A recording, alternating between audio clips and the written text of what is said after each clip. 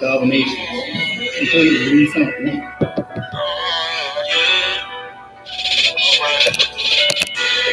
4 in the morning, shorty takes me down. Said she want a nigga for the slide through. I was trying to make the pack touchdown. My niggas driving shit I know. These niggas keep it Jewish when you working, bitch. And not too slimy for the bill on some hurt shit. You say that I don't book that tray, yeah, I go post for shit. Slime, you be in, so you be out. Oh, I'ma talk my shit. Blood was saying who he fuck with. Real hoes never live with niggas, they gon' slip with. Jerk with this coat on a nigga on some fuck shit.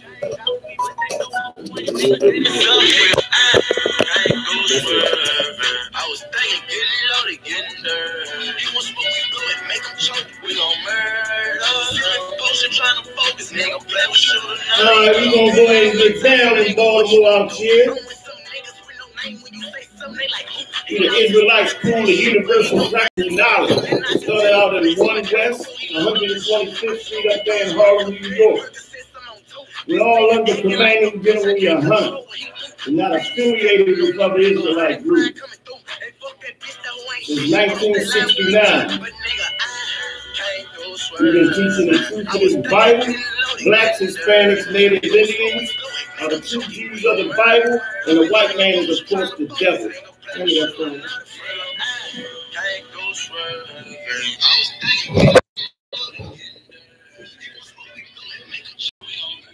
Wow. Wow. I think you might have moved the camera. Wait a minute. Let me see.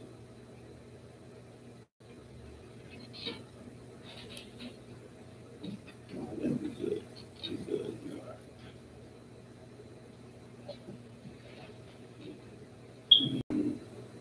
Come over a little bit this way. Give me the whole laptop. There you go. That's it. That's like a little bit. It's like come down a little bit. Yeah. Hey. Hey. That's it. That's it. Look like you straight. Yeah. All right, that's what's up. Let's get this thing started, man.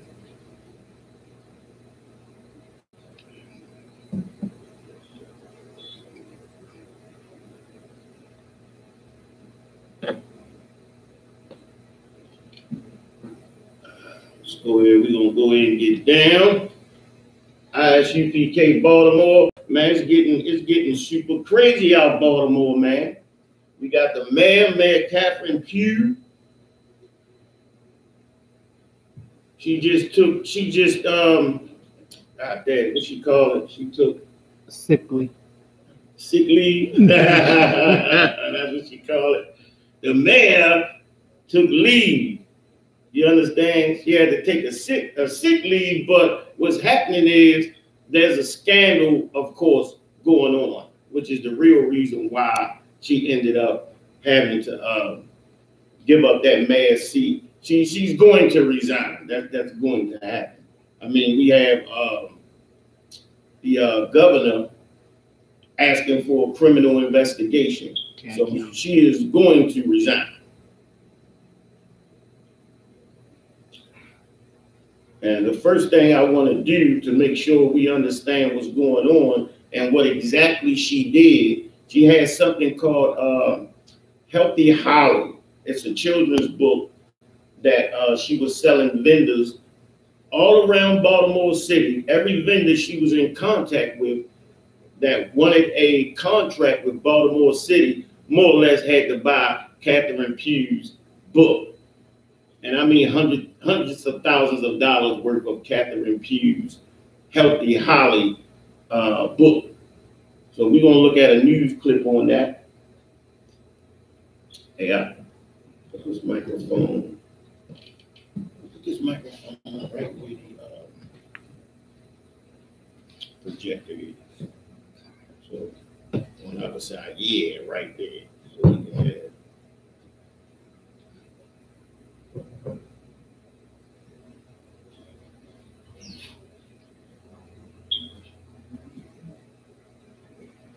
here? You should be able No. to. Look. Wait a minute. Got to go back. Got to go back. Got to get it. Got to get it. I think I had the sound down.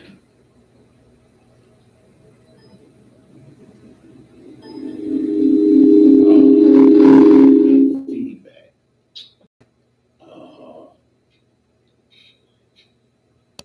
Matter of fact, let me go to the file and play.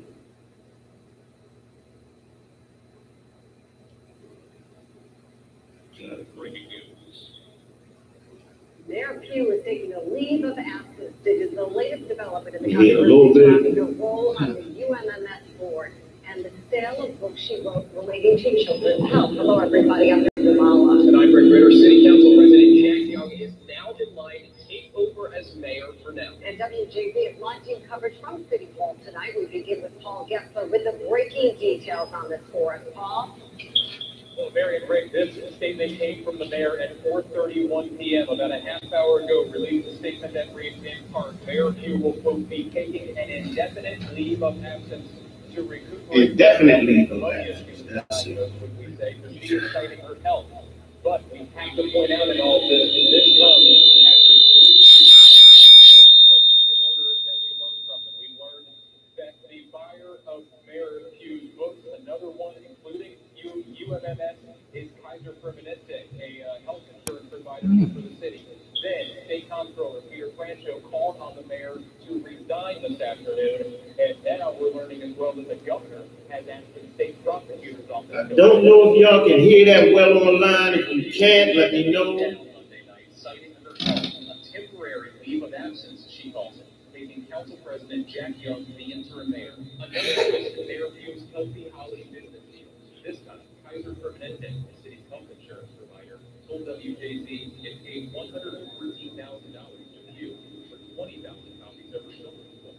They tell us they made multiple purchases between 2015 and 2018. In 2017, the mayor's first year in office, she and the Board of Estimates approved a $48 million contract for the health service provider. City employees, Monday afternoon, a request from the governor to the state prosecutor to open a criminal investigation. And Democratic State Comptroller Peter Francho called on the mayor to resign. All right, don't shut that down. We gotta fix that. So I'm just gonna have to. I know y'all couldn't hear that too well online.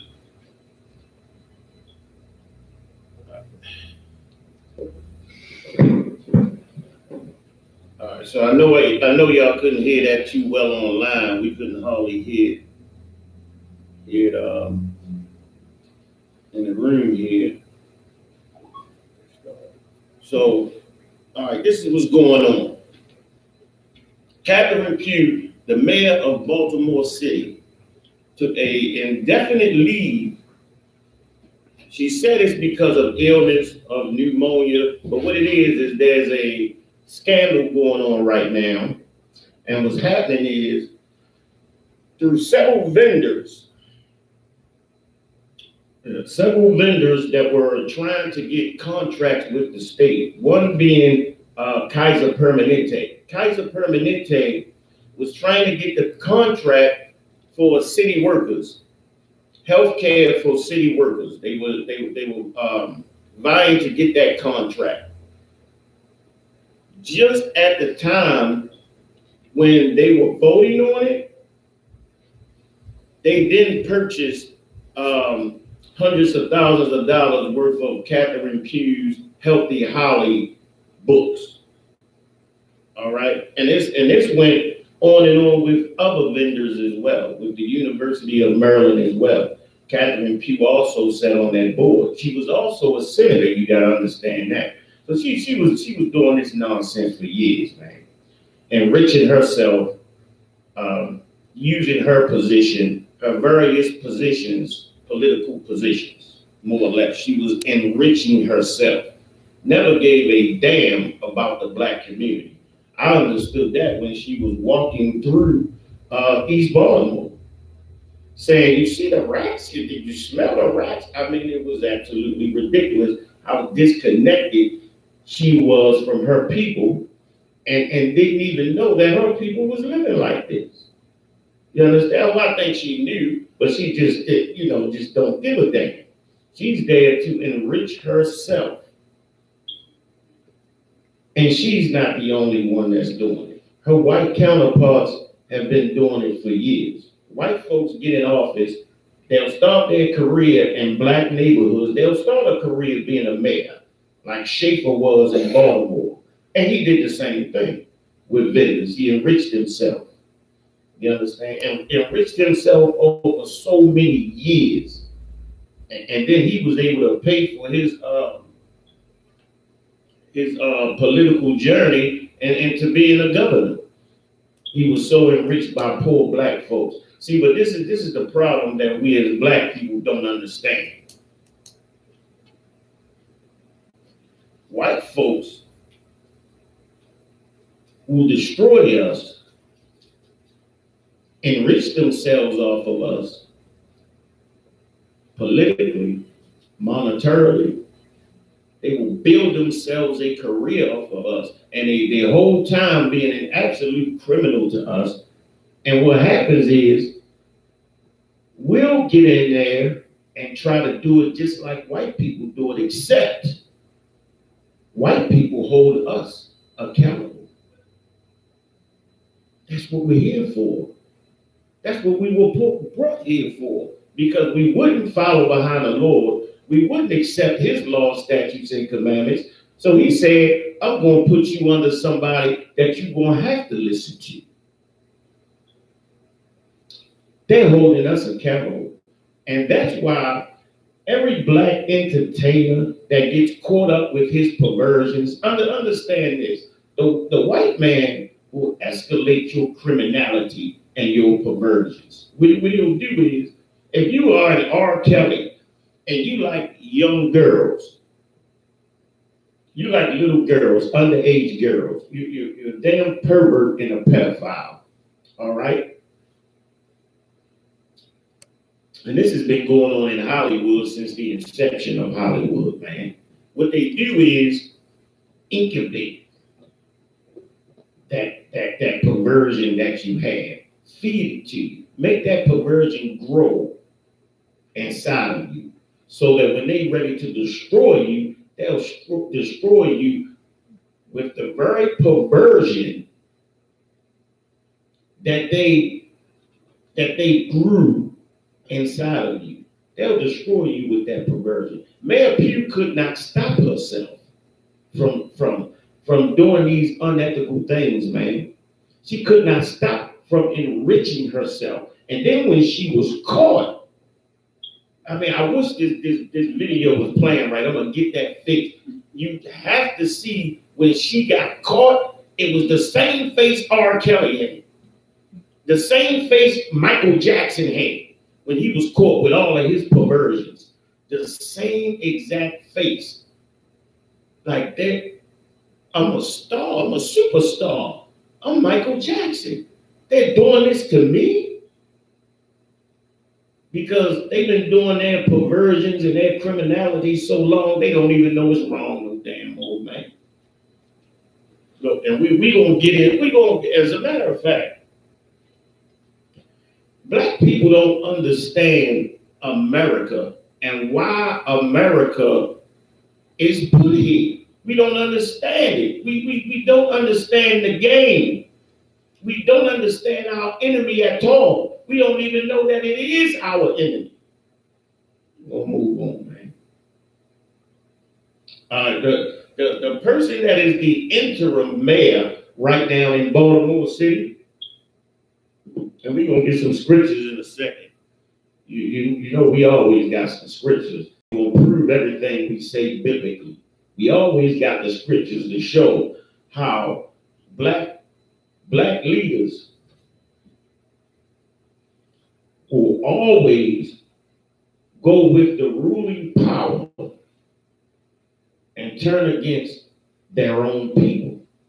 We've seen it time and time again. Because if you are a righteous black man, you're not going to be in the mayor's office. You're smart enough and intuitive enough to understand that we ain't changing a goddamn thing from the inside. They've been telling us this. They've been telling us this since they told us we was free, but was never free. Now this cat, Jack Young, is the interim mayor right now.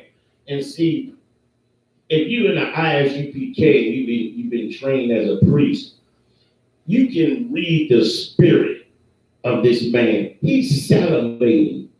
I mean, actually licking his lips, salivating and snickling and laughing about how he's going to take advantage of Baltimore. He looked at the people of Baltimore, poor black people, as victims, as marks. You know, victims. You know what I'm saying? As a vic. That's how he looked at us, man.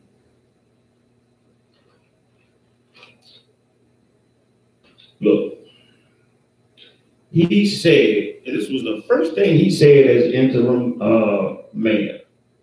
Baltimore City is all right. It's always been all right. It's going to be all right.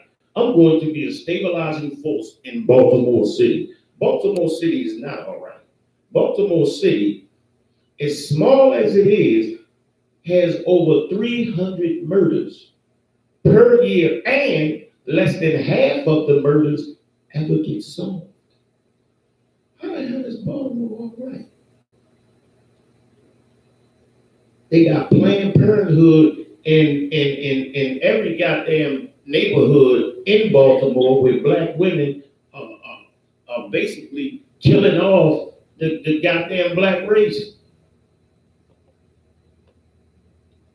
But Jack Young, Catherine Pugh, they don't give a damn about these things. You think these people cannot see that the entire Baltimore business community has been completely and utterly usurped, that is gone, trampled into the dust, that we own nothing, when we own all of Pennsylvania Avenue from one side to the other, North Avenue, almost all of downtown, certainly Old Town Mall, certainly Mondawmin, we own none of it now. You think these black leaders can't understand or see that? You think they don't see that the reason for all the murders is poverty? Ain't got a goddamn thing to do with morals when you got to choose between food and your damn medicine, man. Like, these goddamn leaders are disgusting, man. We got to get some stuff in the Bible. But before that, we're going to go into this real quick. Matter of fact, give me Lamentations 4:17 real quick. About, if I could, brother. See, this is what we don't understand. Now look, this little story, I just want to say this so we could get some understanding of America and what America is actually about and our relationship as it is to America. We got to understand that. And I heard a lot of priests talk about Stockholm Syndrome. I heard a lot of powerful priests talk about that. Well, I had to really look into that. And look through the Bible and find some scriptures that would relate to Stockholm Syndrome. And to my surprise, there is scriptures that pertain directly to what you would call a Stockholm Syndrome. That the abused, the kidnapped and enslaved would now start to identify with the kidnapper, with the criminal that's causing them all kinds of grief, man. And as a people, as a nation, we start to identify with white folks. We start to identify with them and look to them for leadership and for assistance and for help when they're the very ones that's destroying us, man. And look, back during World War II, it was this cat, man. And let me get his name real quick. My reading not here yet. Let me get his name real quick. But this was during World War II.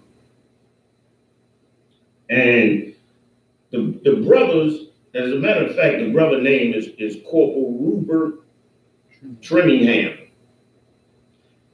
And what they noticed was that the German prisoners that they had caught during World War II, those German prisoners was able to eat in front of the stores. They were able to sit down with the officers, have a drink, and talk and dance and chill, while the black officers who were fighting for America had to go to the back, get their food, and immediately leave.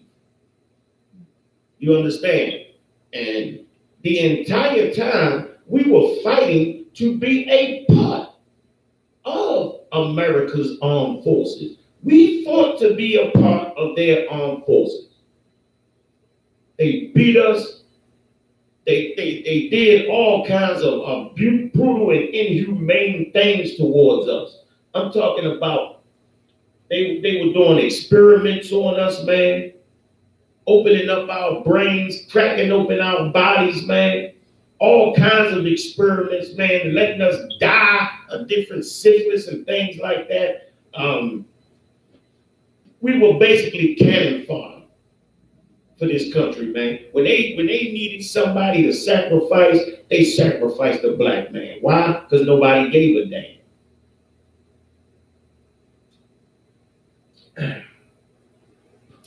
Now, the corporal wrote up a piece and sent it back to the United States about how they had to purchase their sandwiches and their coffee around back and leave, while the prisoners, the enemy, the Germans, who was the enemy of the United States, could come in and eat and sit down with dignity. Come on, man. You know why? Because we as black people don't understand America. We don't understand America. You got that? Let's get that.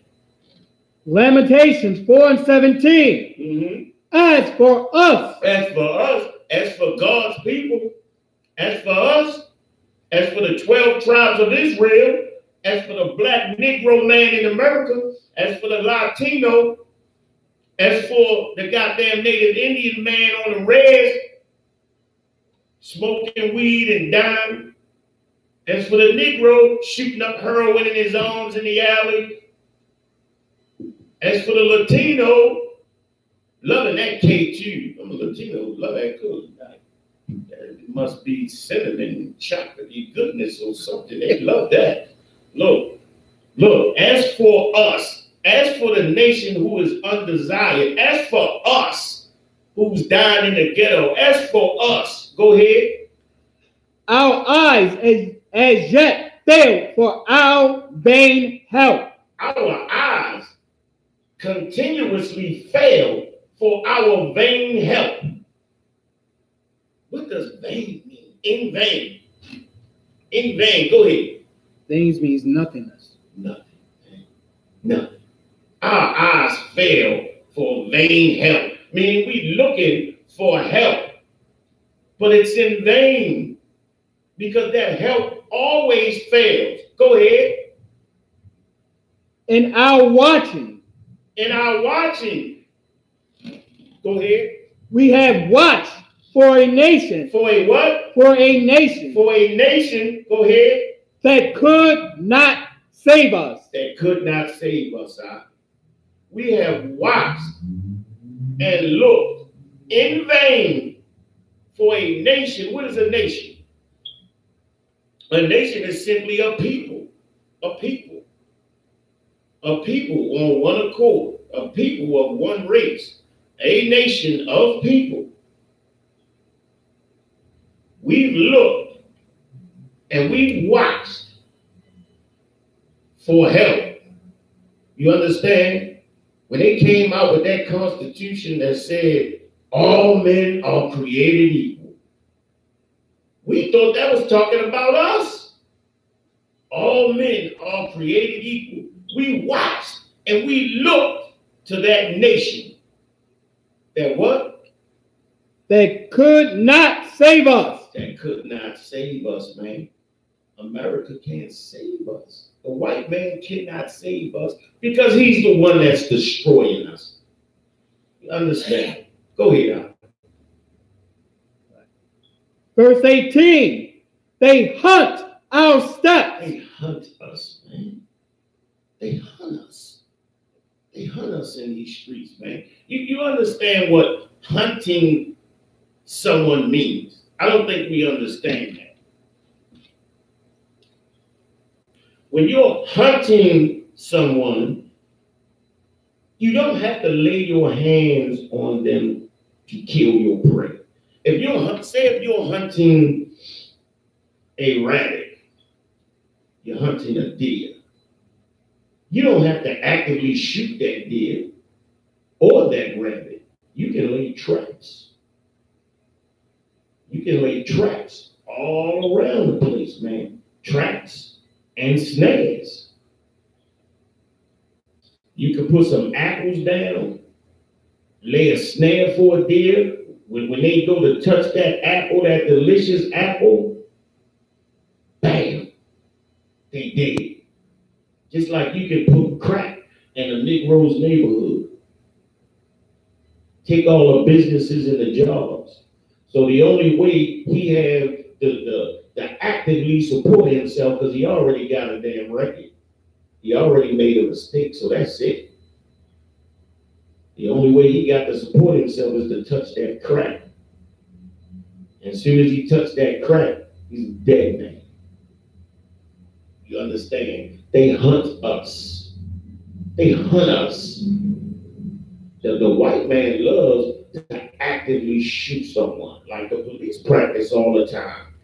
So that bullet that they have, the bullets that they have are tuned to short circuit your nervous system. So when the first shot that they shoot you with, you crack yourself, your hands fall, and you fall to the ground because it then short circuited your nervous system. It goes in you at a frequency to actually do that.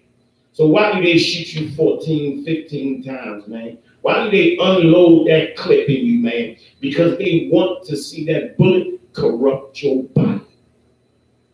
Read on. That we cannot go in our streets. Can't go in our damn streets, man. I hate to let my son out the house, man. I don't know if he come. I don't know if my daughter coming home, man. I don't know. You understand? I worry every day, man. I worry every day. We can't go in our streets, man. We got 300 murders in Baltimore City. 300 victims. So if you seriously talking, well, let's talk about victims. 300 people dead. You understand? Now you got the mother, the father, the shooter, the people around the way, all victims of this. Everybody, every black man in Baltimore City has been touched by murder. All of us, man. We have been touched by it, man. Because we have an enemy that is actively hunting us. And we don't understand what that means. All right, look.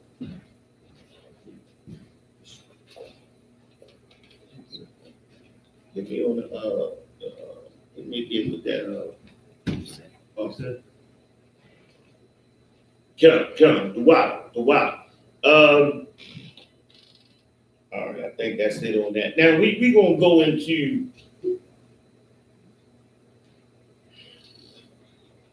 what America and because what I want to get to, and it's kind of strange how I'm gonna hook this up.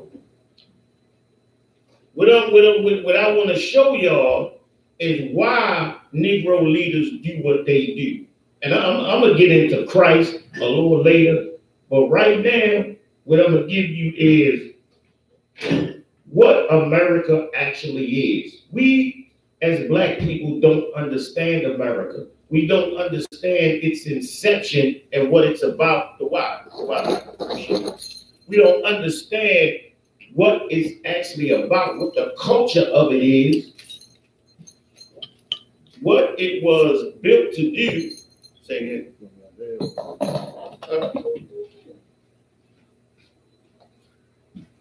What is exactly it was meant to do. Check my screen on YouTube out. The why. All right. Let's see.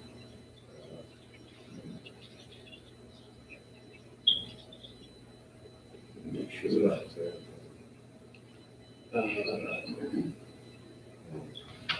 You can come down a little bit. I got my main man, Officer Al-Azhar, in the house. I had a part for him. He didn't miss that. You know what I mean?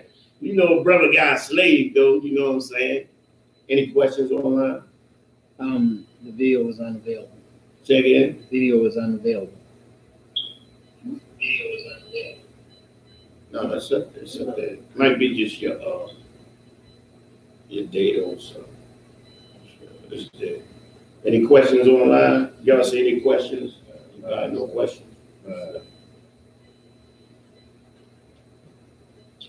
No sweat. All right, we didn't miss your part, so I'm gonna move on.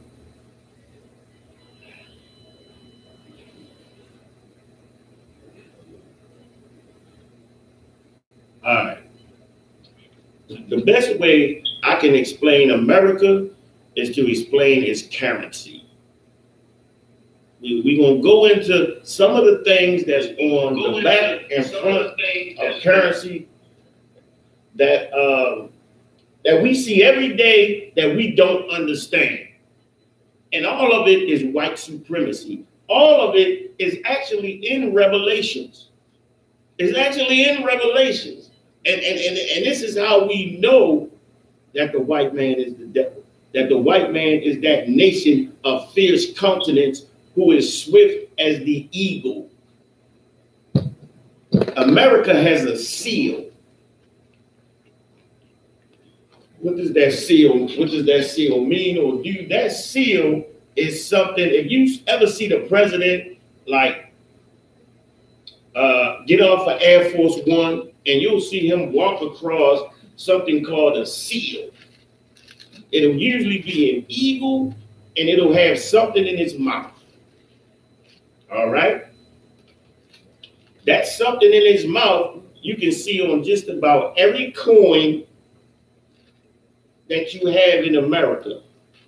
And I'm going to tell you what it means. We're going to break that down. I'll tell you what it means. All right.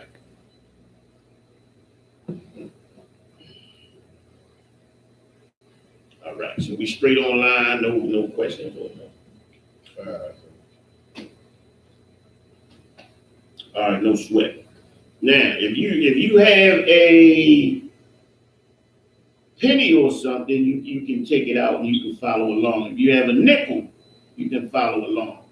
Usually at the top or that ribbon in that eagle's mouth, you'll see something called E pluribus unum. E pluribus unum. Salaki. E pluribus unum. What the hell does that mean, Kawan? What the hell is you talking about? All right. All right. You're going to get into that. E pluribus unum. It is Latin. Why do white people have this on their seal? Why do white America have it on their currency? I'm going to tell you why. First, we're going to get into what it actually means. E pluribus unum. Latin. It means basically many uniting into one. The one for the many. You get it? The one for the many. Many uniting into one. So there was a uniting of factions, a uniting of a nation. All right? The white man did the same thing in Greece when under Alexander the Greek was able to unite all the Grecian city-states. And they were able to conquer most of the known world at that time. Go ahead. Khan. Somebody has a question and asks, why do the Mexican flag have a snake in the bird's mouth? Why do the Mexican flag have a snake in the bird's mouth? We're gonna get to that in a minute. Let me explain this first, because I don't want to get the two mixed up. So let me get this, and then I'll answer your question on that.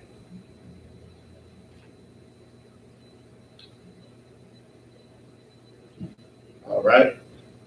Now, when we at E pluribus unum, the many into one into the many.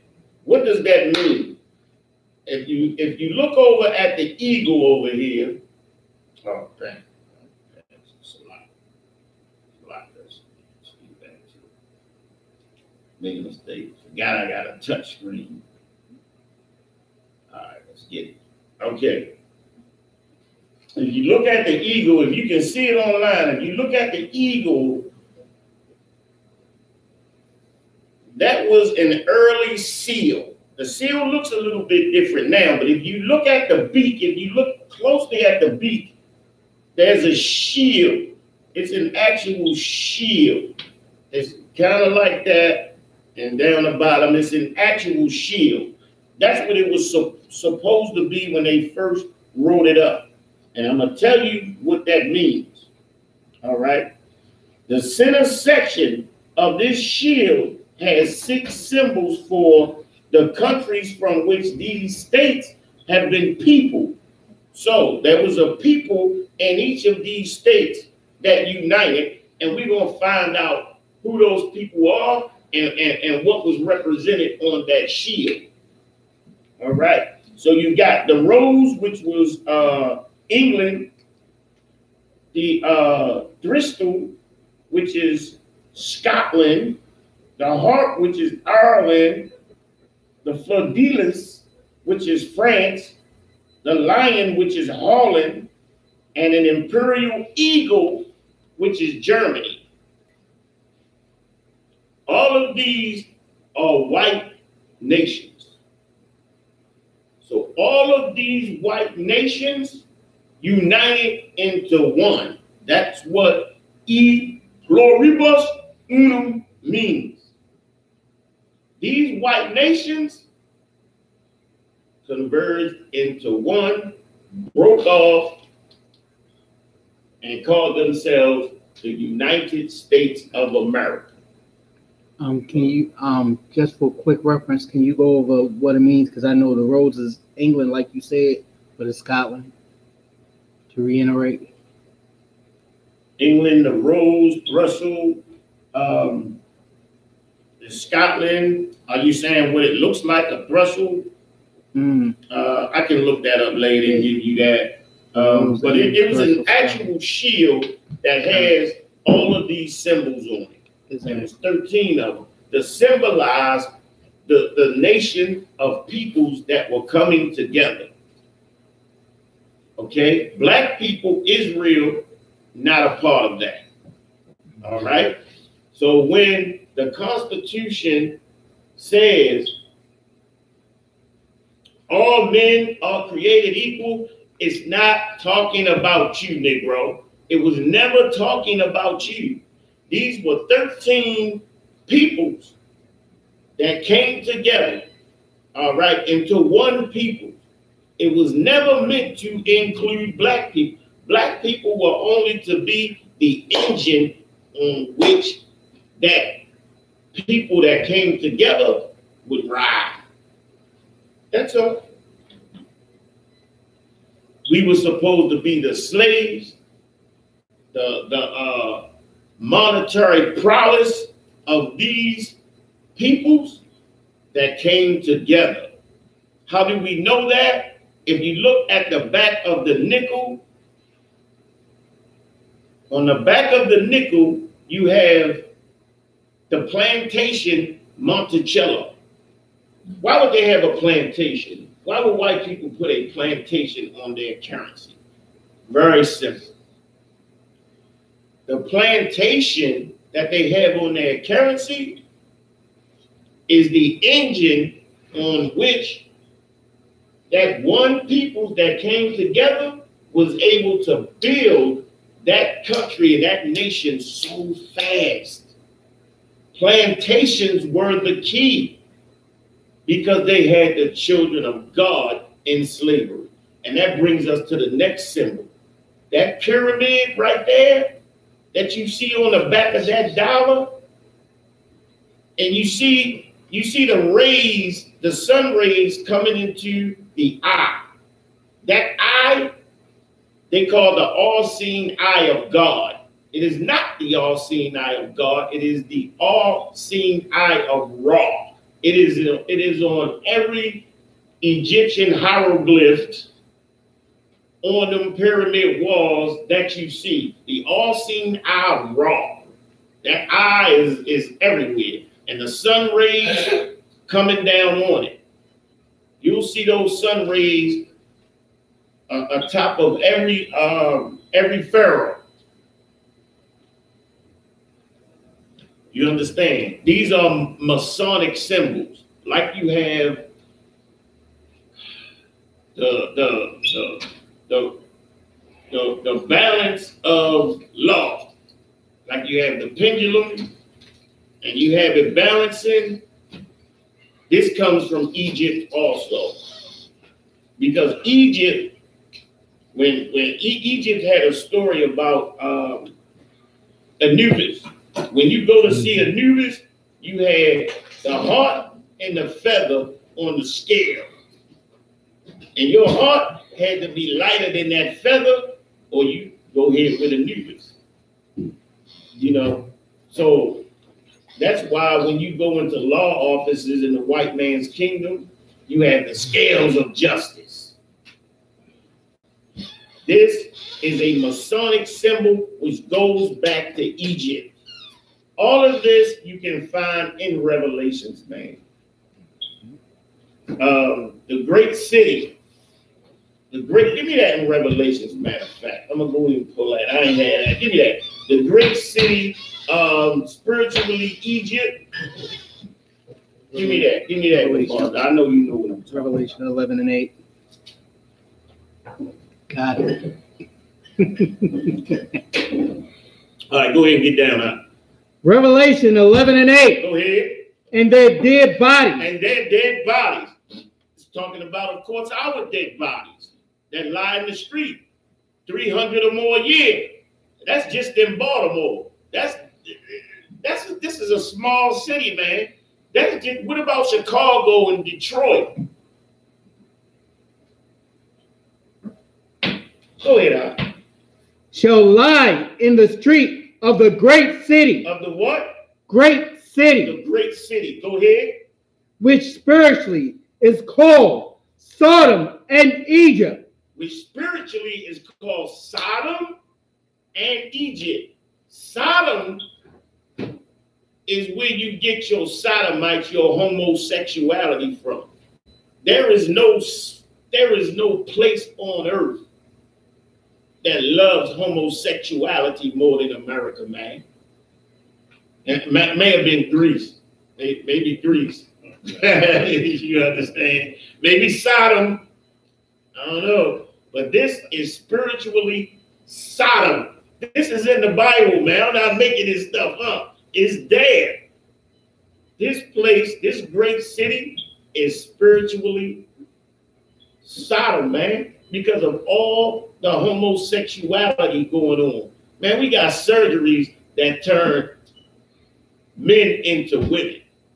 That's such a disgusting thing, man. That is such a nasty and foul and perverted and twisted thing to do, man. And not only that, I heard on the news the other day, they were saying if you don't date a tranny, you are homophobic. If you don't date a tranny, like homosexuality is predatory, man. It is predator. It's like a predator, man. It is predatory. That homosexuality, that spirit goes out, man, and seeks who to devour. I mean, for a stud, there's nothing better than turning a woman who's straight. They talk about it all the time. Oh, I turned her. Man, like it is a predatory goddamn spirit. Give me a time check. Oh yeah.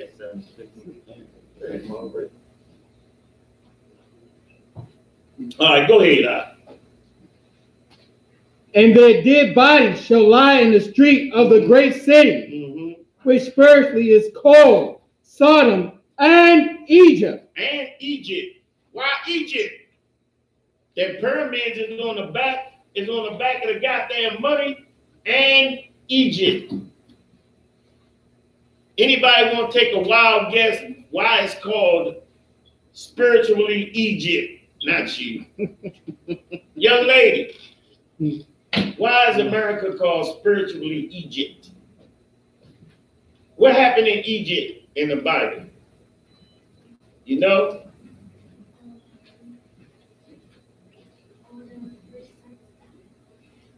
Well, our first son died. Yes. Give sister a hand. Yes. The Lord destroyed all the first sons of the Egyptians. And you know what? The sister got such a beautiful spirit because we having the 50th Passover, man. Right. That's going down in Jamaica, Queens, man. Look, it's going to be off the chain. This is the big 5-0. Man, we're going to get down, look, we're going to celebrate like the Lord always make black people to celebrate, man. The sister said the first sons died. The Lord destroyed all of the sons of Egypt to free us, man. And the reason why in the Bible it calls America spiritually Egypt because of the hard bondage that happened in Egypt, man. The Egyptians put us in such a hard bondage, and they made so much revenue off of us that they became the wealthiest, the wealthiest nation on earth.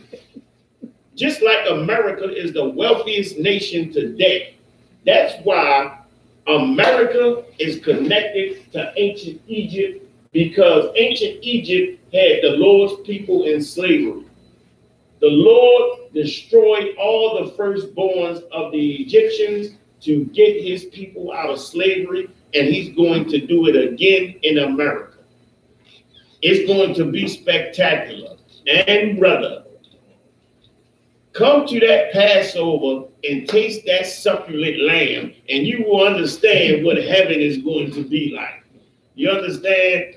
That it is going to be crazy, all right? That, you know, it's going to be crazy. But look, go ahead, what you got? Okay.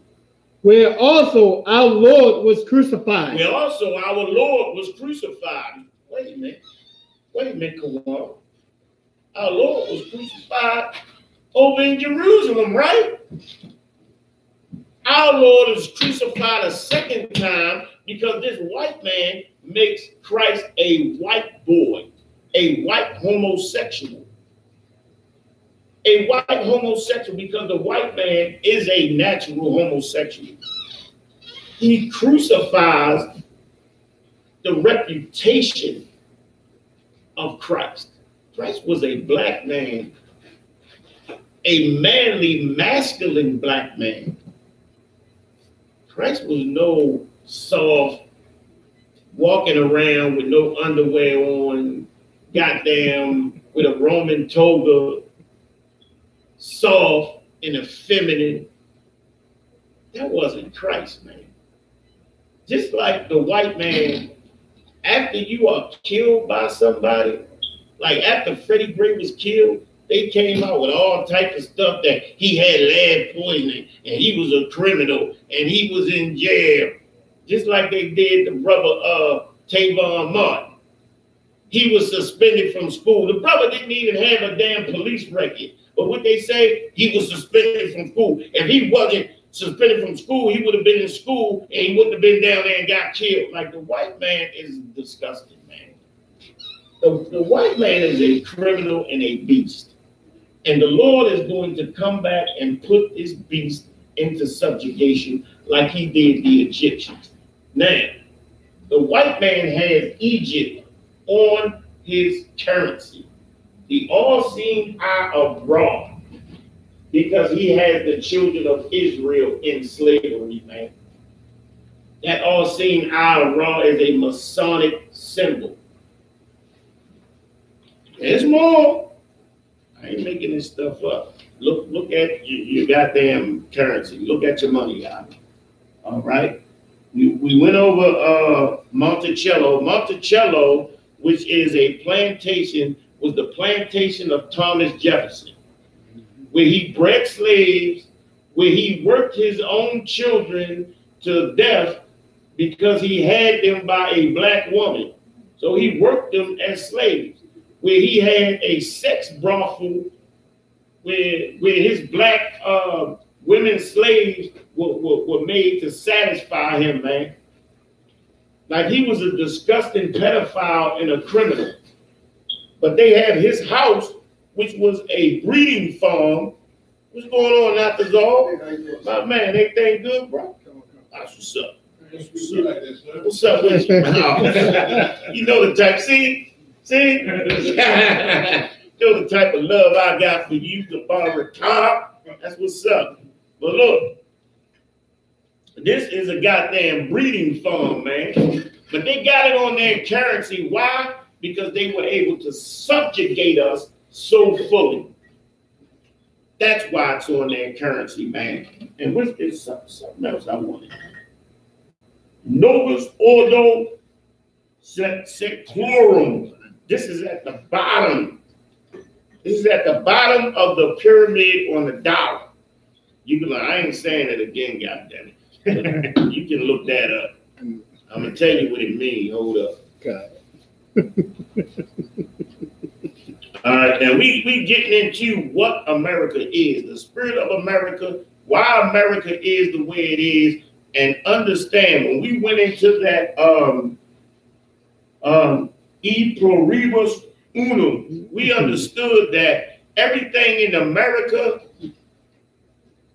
revolves around the peoples that came together, the white nations that came from Europe and came together into one nation. Has nothing to do with black people. Do you feel equal? Do we feel equal in America?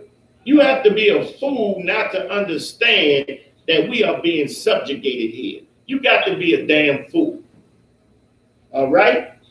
Where was we at? Let's get the, no sweat. Let's get the meaning of that, man. The meaning of that joint. Hold on, one second, y'all. Give me a second. Give me a second, goddammit. Black people so damn impatient, man. That's a goddamn problem with y'all. Hold up. Hey. Eye of Providence, yeah. Also known as all-seeing eye of God. Now, stabilizing the worship. Still, no one else that eye is. Okay, all right. Above it is a Latin motto that translates to Providence has favored our undertakings. Boom! That look. Oh shit. Look. Check this out. You got to understand this. Providence has favored our undertaking. You hear President Trump say this all the time.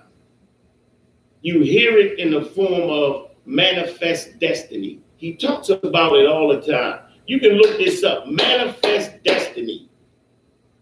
What they're talking about is it was a divine intervention that the white man was able to subjugate North America. He was able to subjugate everything in North America, man. This is real.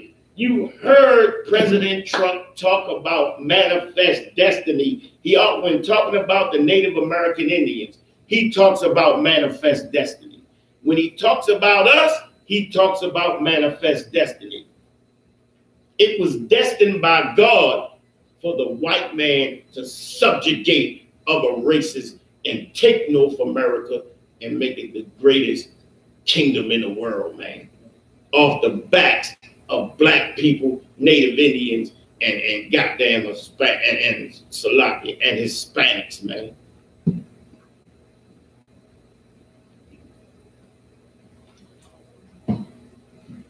Let's go over that again, man.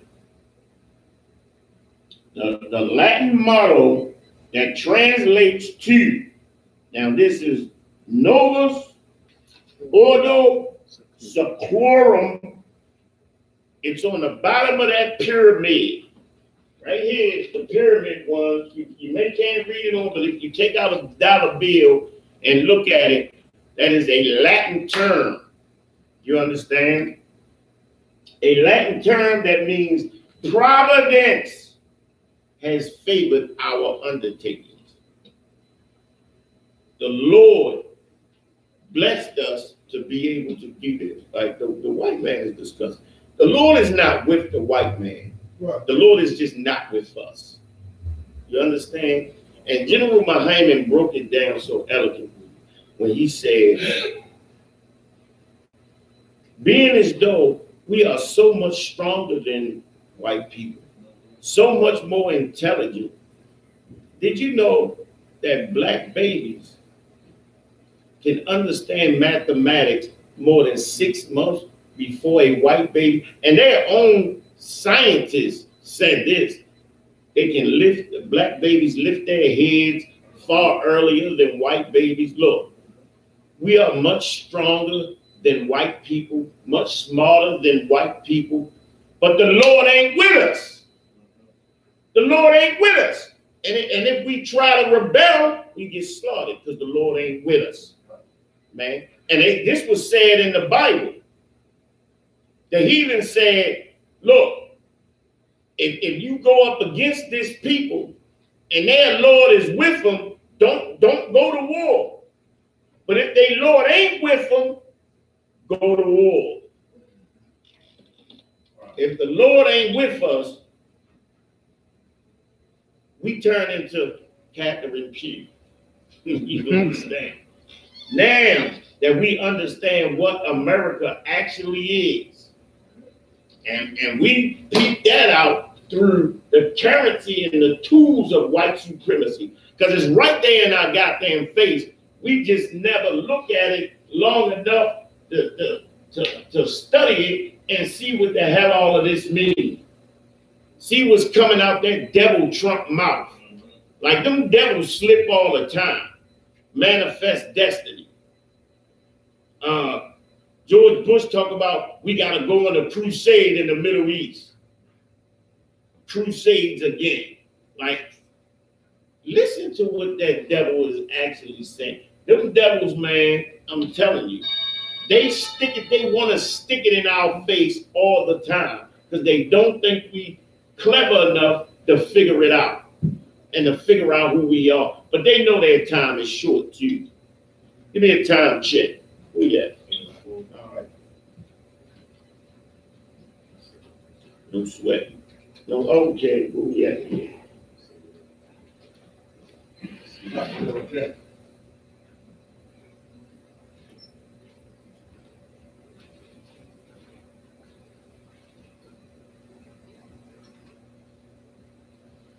All right, that Mexican flag. Who was that asked that question? Salaki. Mexican flag and what?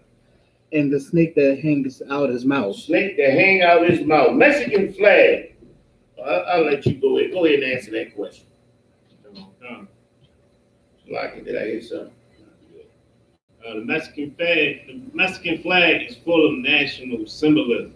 The green strip represents the independence movement. Exactly. The white strip represents the purity of the Catholic faith. Say that again.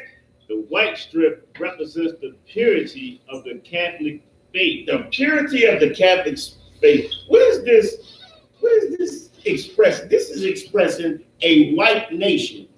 The same thing that you got to understand. North America, they enslaved and subjugated the Negroes. South America, they enslaved and subjugated the so-called Hispanic of Negro and Indian descent. That's all. This is talking about the same thing we just talked about, man. Them coming together. Catholicism is Christianity. Christianity is white supremacy. That's why all the Hispanics down there in South America are goddamn Catholics. And what do Catholics do? Molest babies, molest goddamn children, do criminal and nasty sexual deviancy behavior behind closed doors. What they had nuns and aborted babies all in jars, and it's nasty. Catholics are disgusting. They did the same thing in South America that they did in North America. Go ahead, Al. Matter of fact, direction to that question, sir. Answer that. Answer that question. The coat of arms is derived from an Aztec legend that their gods told them to build a city where they spot an eagle on a Nepal eating a serpent, which is New Mexico City.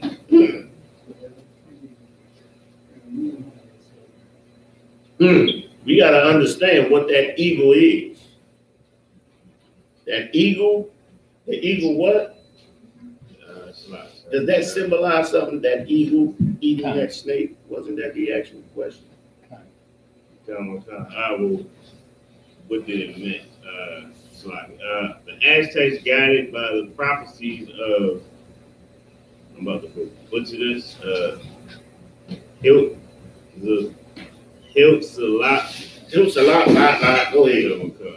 is the god of the sun and war. God of the sun and war. Go ahead. Ended their migration from further north by building on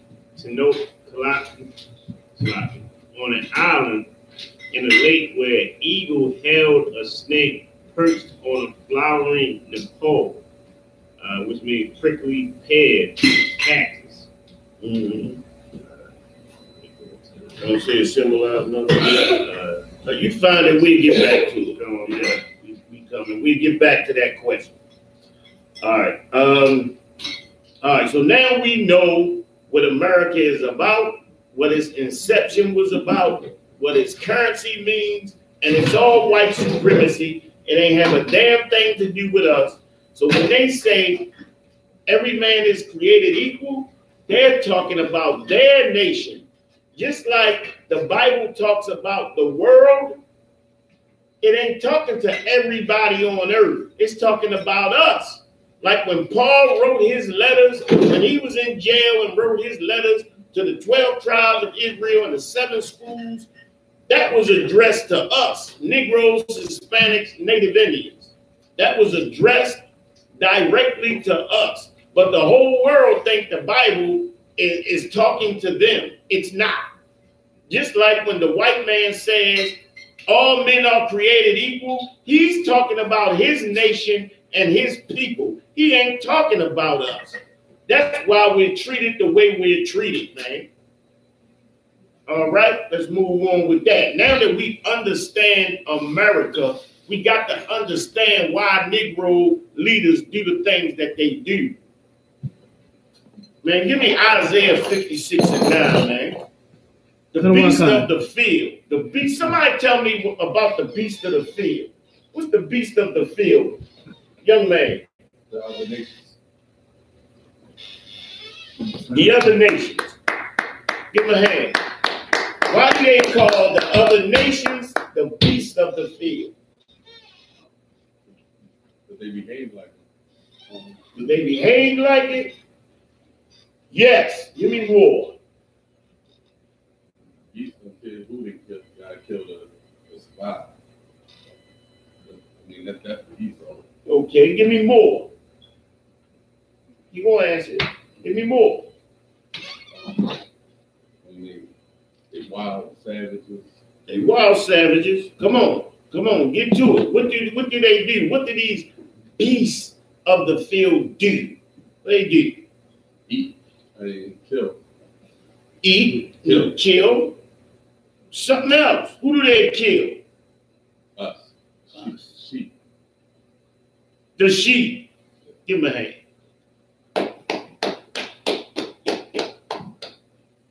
Isaiah 56 and 9. Read it. Come. Isaiah 56 verse 9. All ye beasts of the field. All ye what? All ye beasts of the field. Go ahead. Come to devour. Yea, all ye beasts in the forest. All ye beasts in the forest. Look. The same way the Lord had us in the garden of God was Garden of Eden. Which God. These beasts, these other nations were round about, man. And these beasts, these other nations, they seek to devour us, man. They seek to hurt us. They seek to enslave us. Why? The same reasons why the Egyptians did. Because it's profitable to enslave the people of God. As long as God is not with that people. And how they assure that God is not with that people, they need us to sin. Sinning separates us from our power. It makes the Lord turn his back on us. Go ahead, Al. That's why the Christian church says the law is done away with. Absolutely. Absolutely, because they need us to sin. Us sinning separates us from our power, and they are there and ready to subjugate us, because now there's no power in our hands. The same thing the curses say. There will be no power in thy hand. The other nations are all these people on this side. All these people on this presentation right here. You got the Korean man, the Chinese man, the Arab. What you need, bro? What you want, bro? Hey, bro. Hey, bro. Hey, bro. Don't say it. Or don't say it. The Arab man is a beast of the field. He's in your neighborhood to take advantage of your prowess, your financial prowess, because they know you're going to come in and buy that liquor. Bro, you hear the bro? He knows what you drink. Hennigan, he knows. That white man is the devil that's at the pinnacle. He is the one that gets all of the other nations together. Well, damn, go on. Why Obama got to be up there? Why you got Obama as a beast of the field? Somebody tell me why. Young man. Because he's African. Yeah. Like, go ahead, young lady. Huh? Why? Say it. Because he's African. Give her a hand. All right. He's African. He is African. He is not racially or ethnically a part of African, so-called African Americans here. He He had a white mother and an African father. He may look similar. He may have grown up near Chicago, but he is not one of us. That's why it was easy for him to come in and trick us into believing that this is a hope you can believe in. What was his motto? Change. Hope something. Smooth words. Let's just say smooth words. Smooth words. Smooth as butter, man. Look, Barack Obama was not one of our people, man. He was not one of our, he was not physically or spiritually one of our people. He went in there to be a traitor to his people. He opened up Africa to white exploitation. And he opened up homosexuality to so-called black people here in America, man. He's a disgusting heathen, man. He's disgusting. He's an animal. Go ahead, Al. Yeah, that's how what you're saying, because all four of those heathens, they took something away, you know, from the Israelites, like the Chinese man took the hair, the Arab took the chicken and the beer. You know, the African just made you know, us more homosexual than ever, and the white man just took everything. They are Confederate. They are Confederate against thee. All right? All right. Where we at with Isaiah? Where we at with Isaiah? Did we finish Isaiah? Let's move on. Let's go to 10.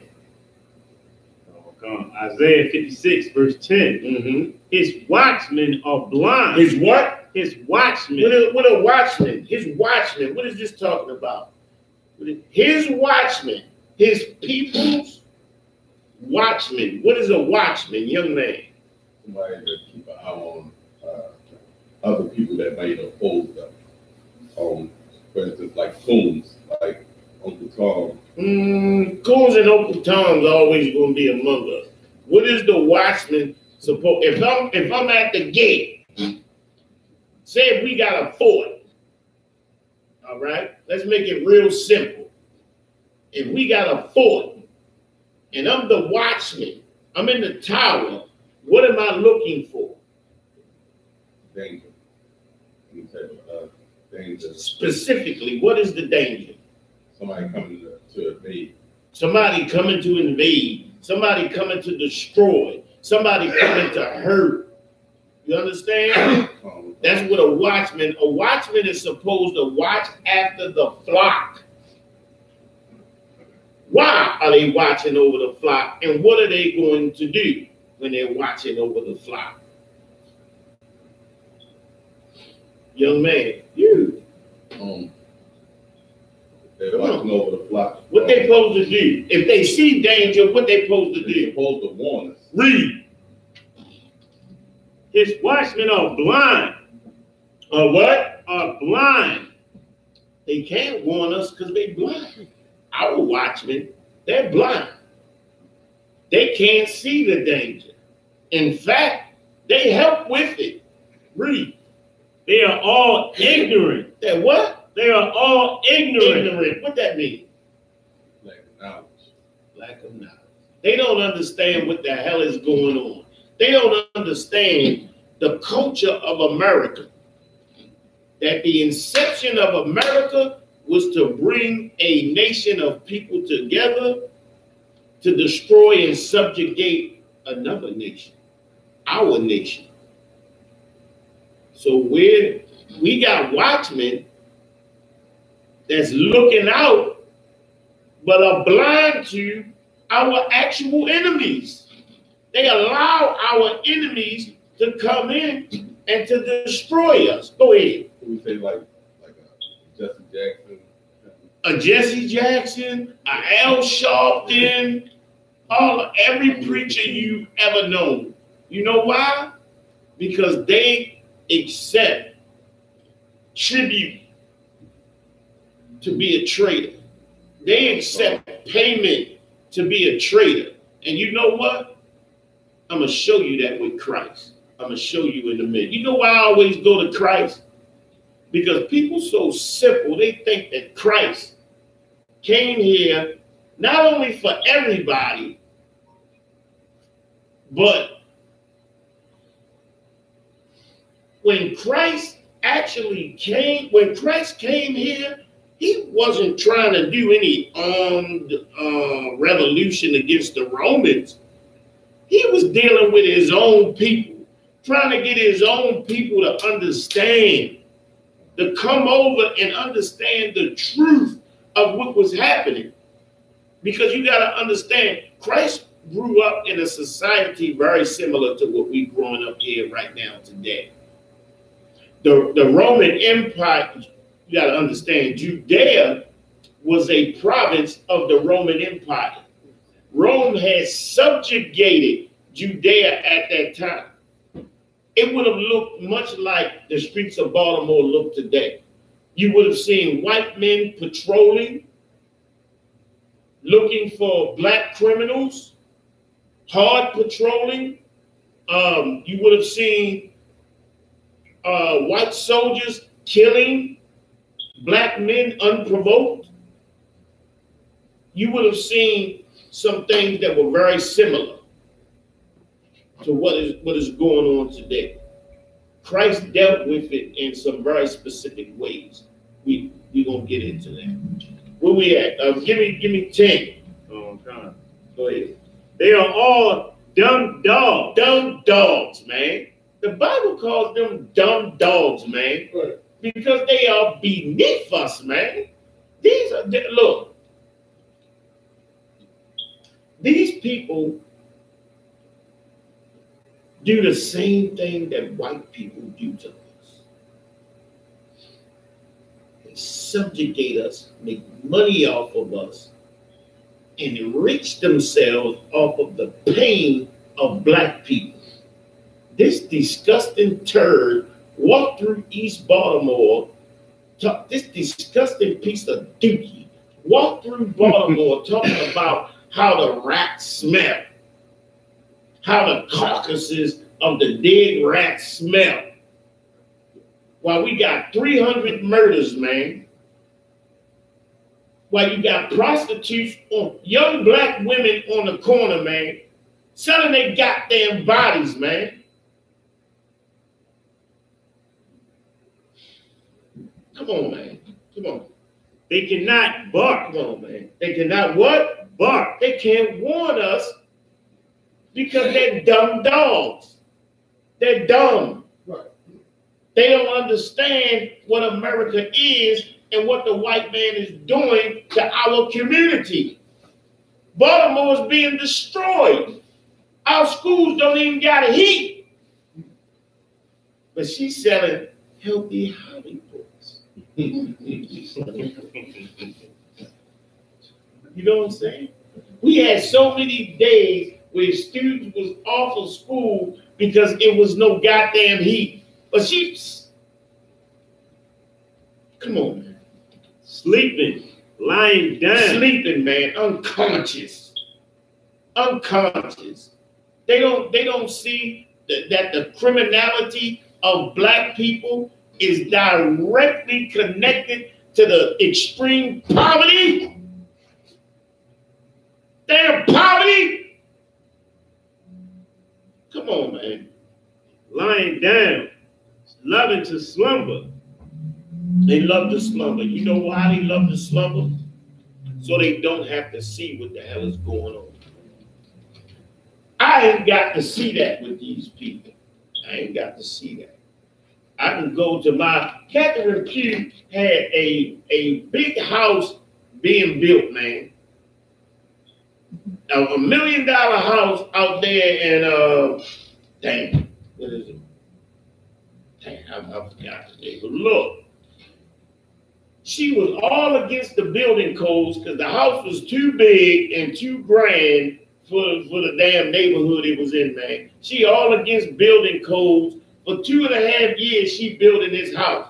She's stealing all this money, doing all these unethical things so she could build this grand mansion out here in Baltimore. You know why?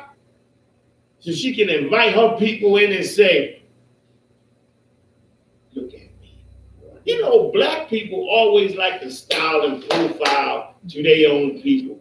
How you gonna style and profile the poor people? What you styling for? For what? Come on, man. Where you at?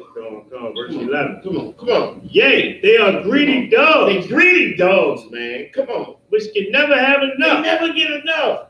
Catherine Pugh been getting that money and self-serving herself for years, man. She couldn't get enough. All phones on me. The wild. She couldn't get enough. She couldn't get enough of self-serving her filthy, disgusting pockets, man. But now, when all of them have turned 360 degrees on her, you know what she understands? The same thing the I.S.U.P.K been saying since 1969. Go ahead, Al. No, I was Scratching your head. Yeah, that's all. Scratching your head. What the hell? Confused. You confused? No. You need to raise your hand. What's going on up in here, man? The white man's the devil. You understand me? The white man's the devil the Bible speaks of, man. And that's what Catherine Pugh is starting to understand. The white man's the devil. Give me a time check. 8:26. The what? Let's get some more to these Negro leaders. We almost at crack. Who we at? Where you at? Still in verse 11. And they are shepherds that cannot understand. They all look into their own way. Wow. They all look to their, they are shepherds that can't understand. Look at the people, man. Take a long look at your people. Catherine Pugh walked through the neighborhood of her people and could not understand what the hell was going on here. Why are these houses vacant? Because your white friends buy them all up and allow them to dilapidate because it takes the value of the neighborhood down. And when it gets down low enough, they'll fix them up, put white folks in there, and none of us will be able to afford living there.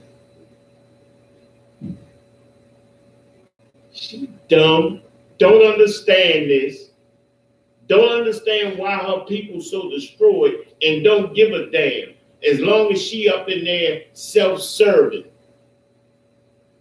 She done sold a bunch of children's books to every goddamn vendor in Baltimore City. Understand this. Look, they couldn't even find the damn books. She's supposed to be delivering 20,000 books to this vendor, 10,000 to that vendor. They couldn't even find the books. Because there wasn't no damn books, man. These were bribes. These were bribes. If you give me this, I'll vote for you there. Nothing her white predecessors wouldn't do. But of course, they're going to sacrifice us. Now Catherine Pugh understands. See, because the devil, he charms us. He charms us, gets us used to a certain lifestyle, it takes it away. And it makes us crazy. What's she going to do poor? Now that she ain't able to do her little scam. What's she going to do now? She ain't going to be able to get another political seat nowhere. She ain't going to be important no more. What's she going to do then? The white man's the devil that the Bible speaks of. And we think that we get it worse because we poor. The black race get it. Where the pudding pop man? Look. Get me that nigga on the phone. Get those salamis. Get Give me that brother on the phone. Let's find out what's going on with the pudding pop man. 10 years the brother got. They gave the brother 10 years. Come on, man. Let me move on, man. We finished 12, didn't we? We finished. Go ahead. They all look to their own way, everyone for his gain. They look to their own way, everyone to their gain. Jack Young, the new interim mayor, he's salivating. You gotta see this brother, man. You got to look at the films. He's like really looking forward to enjoying the self-gratification of taking from black people. He's going to really enjoy that. For real. He's smiling, laughing. You know, Baltimore's gonna move on. Baltimore ain't got no problems.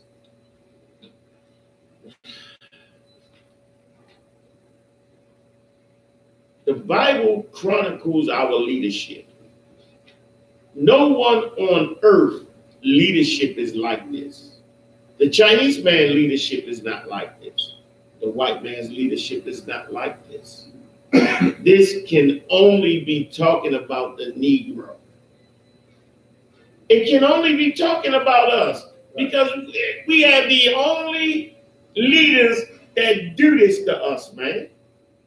Am I lying? Am I saying? Look, come on, man. Was that 12? They all look to their own way. What that mean? Go ahead. Which means everything that they gain, they don't care about nobody else. They only care about themselves. So the money that they give, they don't give back to the community. They give to themselves, which means when they take in the money, they don't give to a damn person but themselves. Catherine Pugh took all them hundreds of thousands of dollars from them Healthy Holly books. You gonna make hundreds of thousands? Man, that's crazy. That's crazy, guys. Come on, go ahead. Like the Christian church, that's a multi-billion-dollar industry. It is. You know, the preachers taking all the money, and they ain't even on the street like, you know, the Israelite School of Practical Knowledge would be out there every week trying to fish. Christian church are cowards, man. Cowards. They would never come out there on the corner, teach the people, connect with the people, and love the people, man. It's not something. They got to be in a plush church, you know, with toilet paper and, you know, children that they can touch and molest. You know, they never going to be an open book to the world. They never going to open up.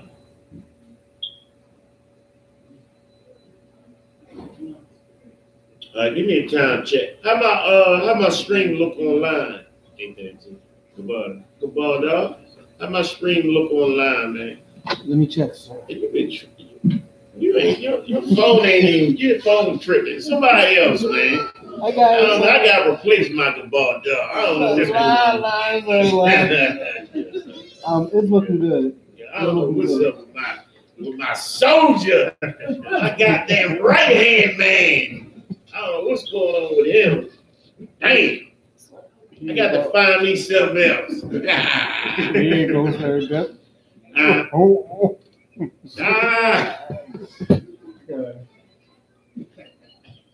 All right. Where we at? You finished up 12? Let's get Christ, man. Christ, look.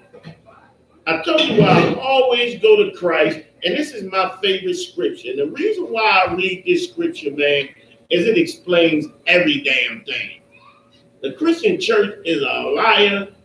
And look, the Sadducees and the Pharisees, who Christ was always battling, wanted to kill him. You're going to find out why they wanted to kill him.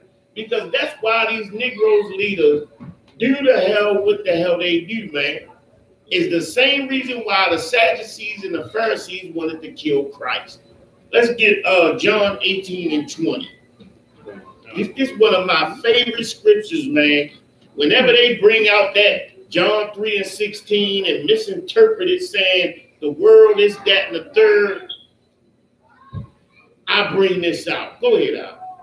John 18, verse 20. Jesus answered him, I speak openly to the world. Jesus answered. He said, I speak openly. Let's get that. Let's understand that. I speak openly to the world. Go ahead. I ever taught in the synagogue. I ever taught in the synagogues and in the temple. And in the temples. Whether the Jews also resort. Whether the who? Jews also resort. I taught in the synagogues. I taught around the way. I taught on the corners. Where the Jews always reside. Look, check it. I spoke to the world. Whether the Jews always reside. Now, this last part gonna kill you. Go ahead. And in secret, have I said nothing? In secret, I ain't said goddamn thing. Now, if he's speaking to the world, come on, let's get some common sense, some practical knowledge. If Christ is speaking to the world, right? He's speaking to the world. And according to people, the world mean everybody. If he's speaking to everybody, whether the Jews reside, why, if the Jews aren't there, is he speaking in secret? Because what he's saying is not for everybody. It's only for the Jews. Like this. Look, man. Come on, man. Come on, man. In secret, I've said nothing. If the Jews were not there, he ain't talking to nobody. That's right. That's what Christ's saying, man. That's what Christ's saying, man. Christ wasn't dealing with, just like when the white man says, these 13 peoples came together and formed the United States of America. E problem unum. The many into one. That's his constitution. That's his seal. Christ is saying, I speak openly to the world. The world he's talking about is my people. That's right. My address is on that letter, man. He ain't talking to everybody. He's talking about the Jews. Come on, man. I told y'all not to give me no damn dosage. Terrible, man. I told y'all. That's the spirit of the Most High Christ, sir. Who we at? Yeah, I think it's 20. Go to 21. Live.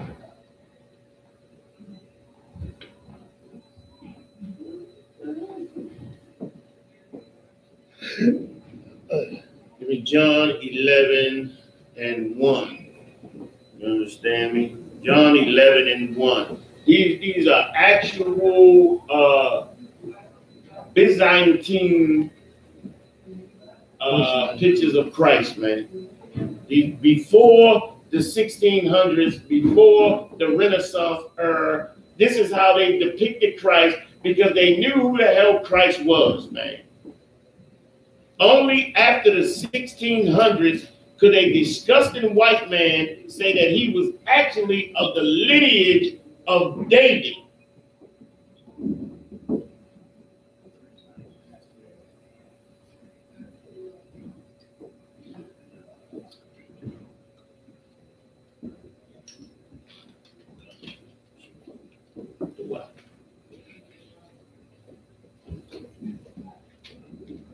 Yeah, give me a time check. 8:38. Okay, no sweat. Go ahead. We got that. John 11 and 1. I got it, sir. John 11. Oh. John 11. You want 11 and 1? Get somebody else to do it. Get somebody else. Go out.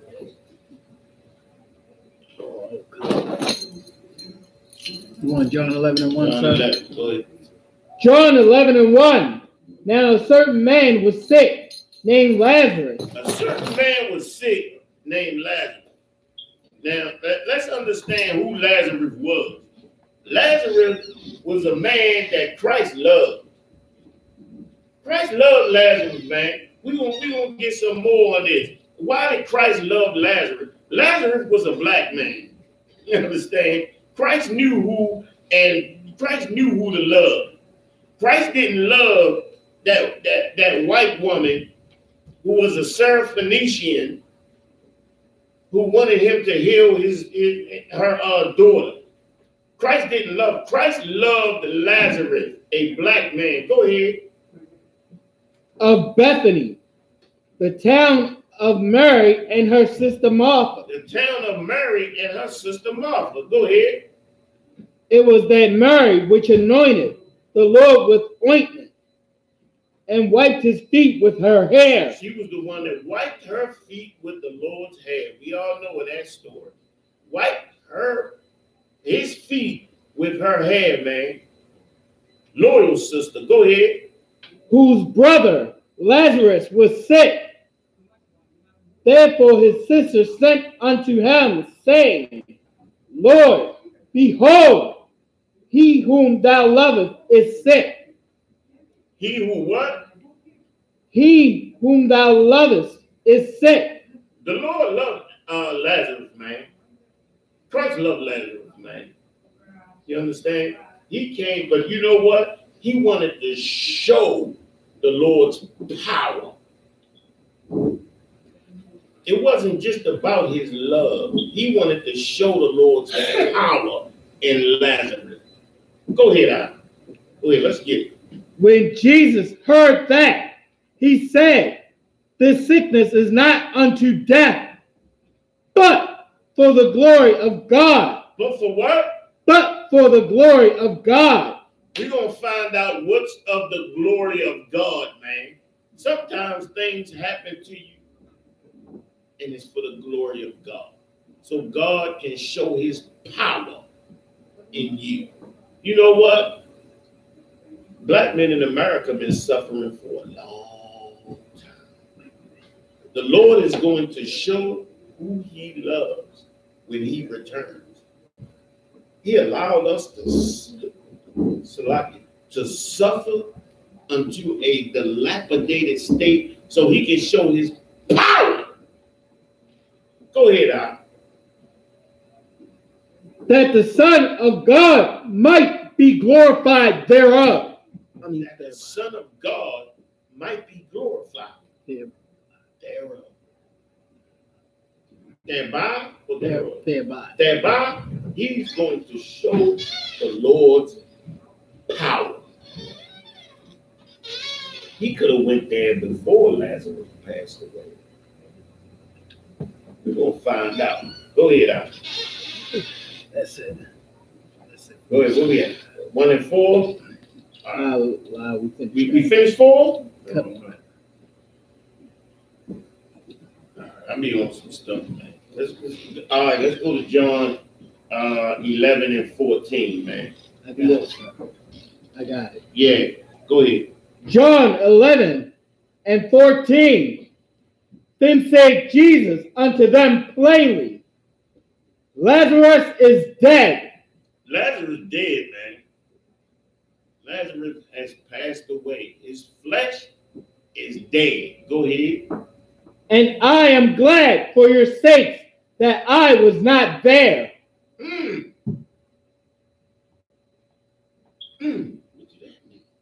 I'm glad for your sakes I was not there. The man he loved died. Come on, read them. They don't understand. They don't get it. Go ahead, read them. To the intent ye may believe. Nevertheless, let us go unto him. Then said Thomas, which is called Didymus, unto his fellow disciples, let us also go, that we may die with him. Yeah. We're going to bring all that out. We're going to bring up this. Hold on. I got it. I'm going to get it for you. Go ahead. Where we at? Verse 17. 17. Go ahead. John 11 and 17. Mm-hmm. Then when Jesus came, he found that he had lain in the grave for 4 days already. 4 days. He was already dead for 4 days. Christ ain't make it in time. He was already dead. He was dead. And what did this got to do with Negro leaders? What this got to do with Negro leaders? Lazarus died. Go ahead. Go ahead. Right, so Negro leaders always two things. I mean, they talk a bunch of whole protesters and walks and marches and everything. After the fact, they didn't try to, that they never made it, didn't set anything up. Protection. You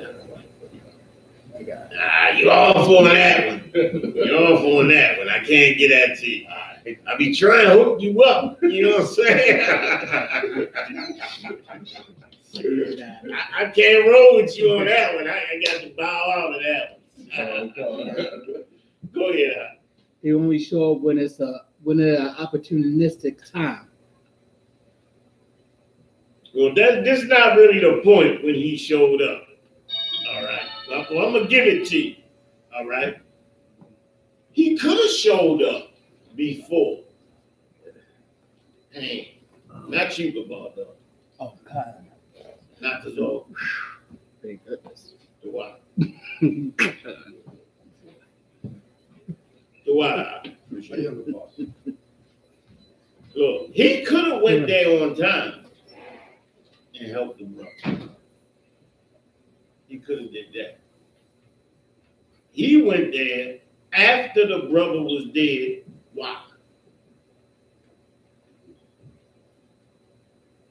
Come on, you went through it. We just talked about it. Kabara Khan? No sweat. No sweat. Go ahead. Read on. Verse St. John 11 and 18.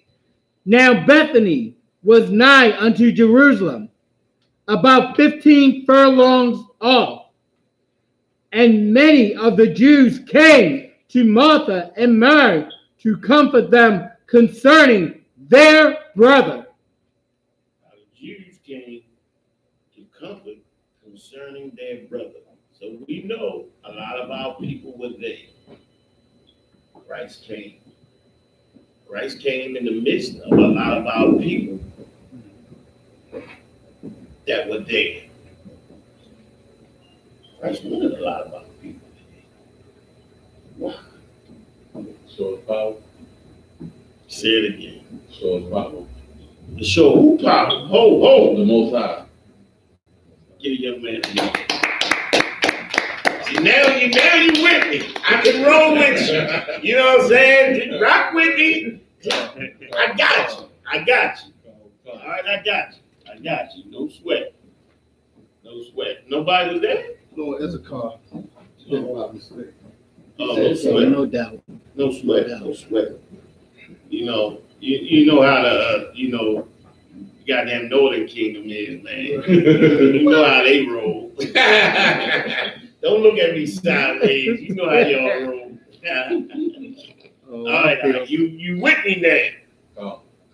You with me? You understand where we at here? No sweat. Let's go. First John 11 and 20. Then Martha, as soon as she heard that Jesus was coming, went and met him. But Mary still sat. But Mary sat still in the house. Mary sat still in the house. They went to meet Christ. You understand? Let's move on. Where we at? Now look. This painting right here was one of the first of Lazarus. Of Lazarus in the grave. I think it's from the Byzantine Empire. It might be from the catacombs of Rome. I got to find out for that. But that is one of the earliest depictions of Lazarus and you see Christ coming. Lazarus is already deceased in the grave. You understand? It's from the catacombs of Rome. From the catacombs? That's what's up. That's what's up. Catacombs of Rome. Look, what the hell did that got to do with black leaders, Kawan? I'm gonna get there. But hold up. That's the problem, man. You Negroes, man. Come on, man. Come on, where we at? John 42. 11 and 42. All right. I got you. All right, go ahead.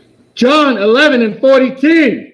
And I knew that thou hearest me always, but because of the people which stand by, I said it, that they may believe that thou hast sent me.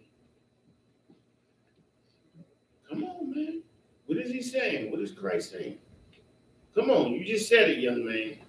He's going to show his power. He's going to prove that the Most High, show the Most High power. All right. All of these he brought together, he's going to show the Most High power. Prove who he is. He is the Son. He's going to walk that talk, man. Why do you have to prove that to Negroes, man? We all here. We're stiff-necked people, man. And they seek a sign. Yes, we are. We ridiculous, man. Don't listen to nothing. If it's hot, we got to touch it. That's just who we are, man. Okay. Dang. All right, go ahead. And they seek of a sign. Exactly. Go ahead, where we at? 42 and what? 43. Go ahead. John 42. That's like it. John 11 and 43. And when he thus had spoken, he cried with a loud voice, Lazarus, come forth. He said, Lazarus, come forth. Now, this is the power of the Most High. This is what we got to understand. The Most High is with Christ. The power of the Most High is working through Christ. When Christ called forth for Lazarus, the Lord's power called forth for Lazarus. Understand that. Christ didn't raise Lazarus. The Most High did. Let's understand that. Go ahead, Al. John 11 and 44. And he that was dead came forth. He that was dead, lifeless, a husk, was able to receive the Spirit and was able to come forth because of a summoning. Go ahead.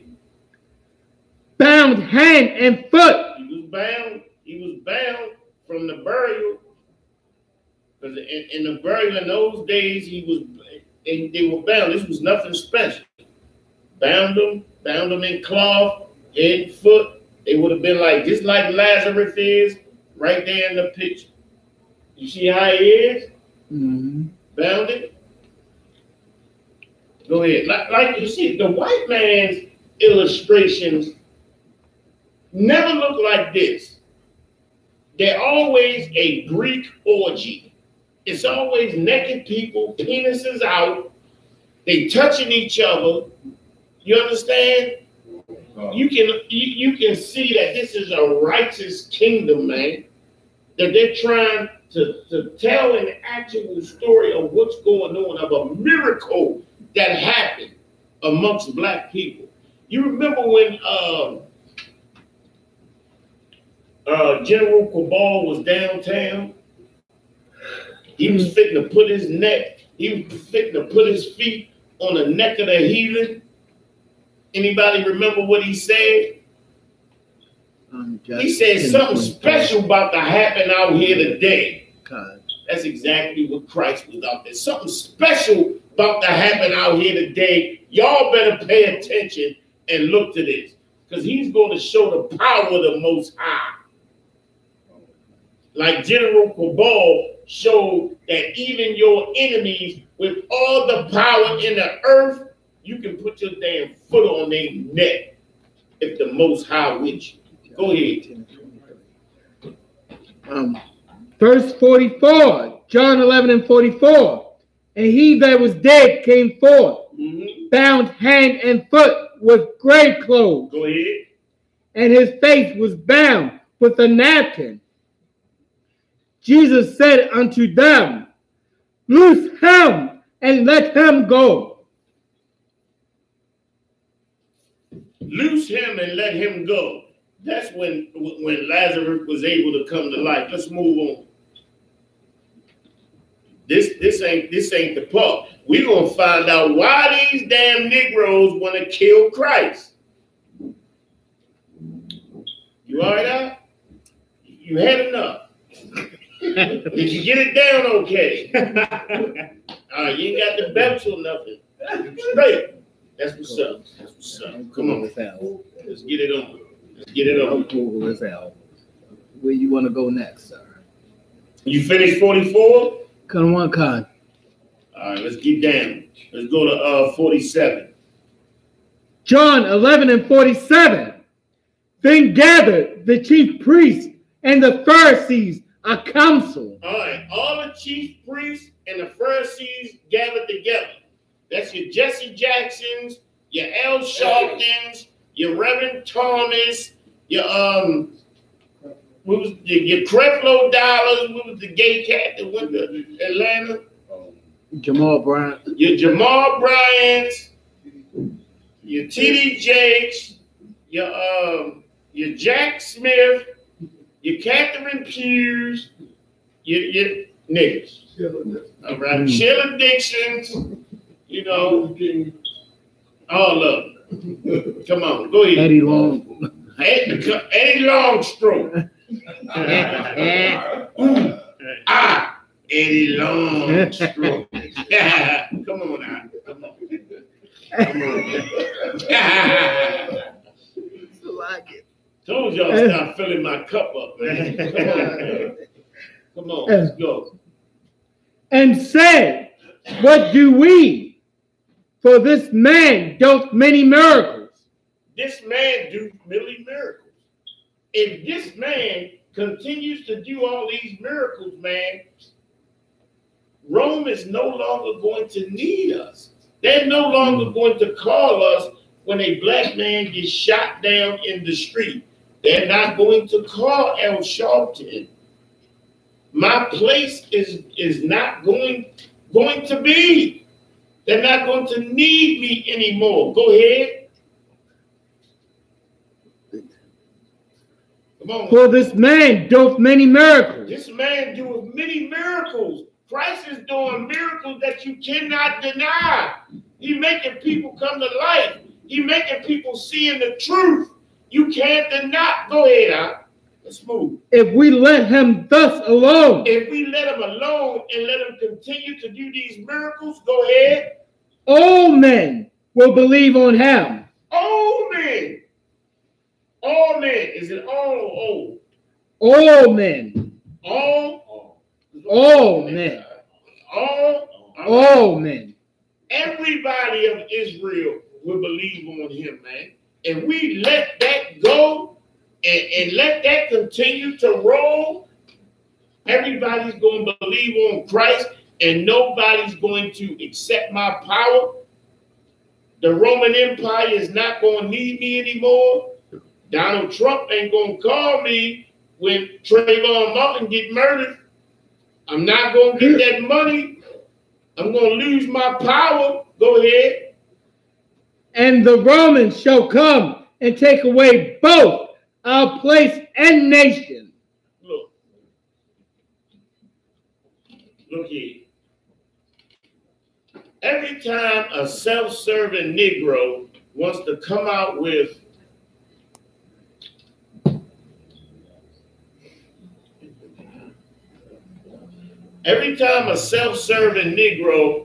want to explain why they're being a self-service Negro, it's always that they're trying to help the community. It's always in the best interest of the community. Go ahead. Come on. That was it on it. And where we at? 48? That was it. That was it for 48?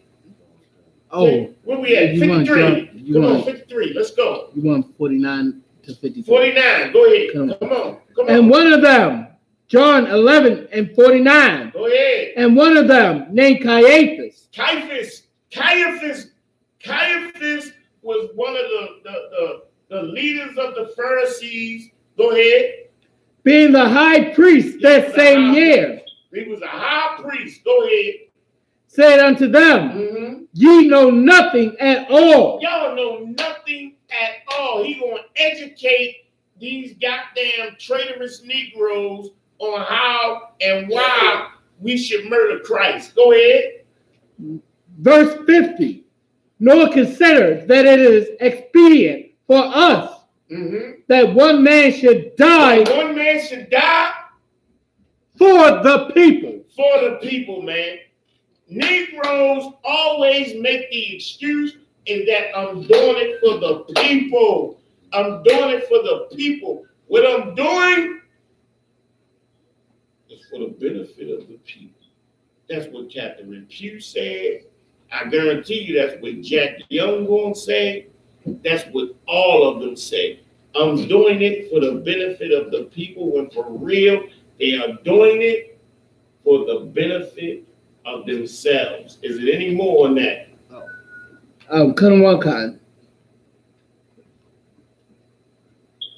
And the whole nation perished not. The whole nation perished not. So this is actually saying, man, look. This is the logic of a traitor, which is saying that if we don't kill this man, all of Israel is going to perish. We must kill this righteous man so that we keep our power and able to keep our luxurious life.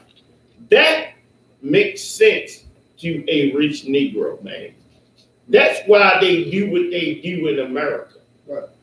I'm going to continue to be a self-serving piece of garbage because it helps our community. Not understanding that white culture, America, was built in its inception to destroy black people, man. We got to get up out of here, man. Can't take them up. Is there any questions online? Real quick before we roll.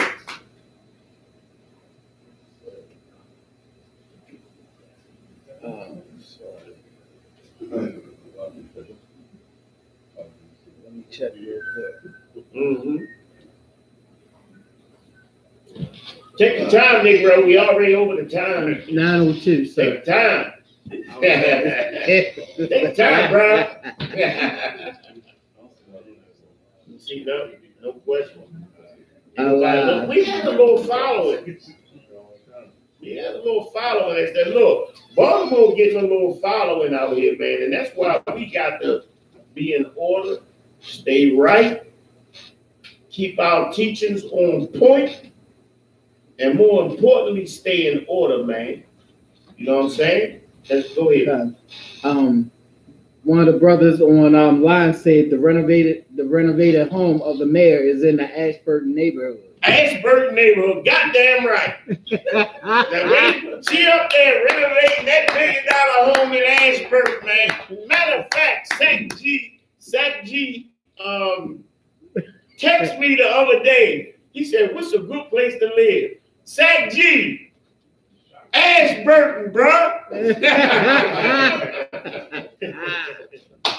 That's where the disgraced man lived at. Hit me up, inbox me, bro. I'll let you know where it's at. And with that, we out.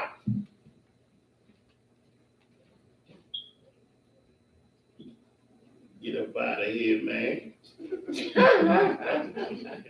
He did inbox me, man. That was crazy.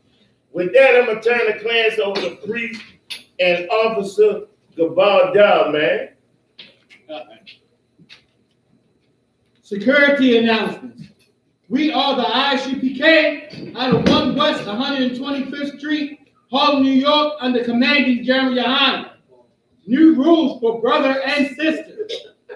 When a new brother or sister come into the school, they are off limits for 6 months. They are to be saluted only. They are here to share themselves of the world after 6 months. If a brother or sister has an interest in a particular person, he or she must get permission from the head to speak to a brother or sister. There is another 6 months in which the brother or sister will court each other. After this 6 months period, the brother or sister will get permission from the head to marry. Tithe, which is a commandment, you can find in Numbers 18:21 and Malachi 3:8-10. Means tenth in the Hebrew, and is pronounced ma'ashor. 10% of any penny of any increase the Lord gives you. Give to the Treasury Department or teacher. Priest fund, free will offering for priests, not mandatory. Whatsoever amount you would like to give. Up holy convocations, which is the Passover on April the 20th at the Woodhaven Ballroom in Jamaica, Queens, New York. Come celebrate the day of the Most High, which the Most High gave us grace and mercy by letting the Egyptians get all the firstborn slaughtered, and that he passed the angel of death over us, and that he saved all Israel, and for us to exit Egypt. So, with that, remind Akim and Akwathian to check on social media, such as I.S.U.P.K.com, Facebook, Twitter, YouTube, and so on for I.S.U.P.K. events and materials. If a brother wants to be a trooper in the school, then he is to start wearing all black, which includes black boots, shirt, pants, headband, or scarf. And with that, shalom.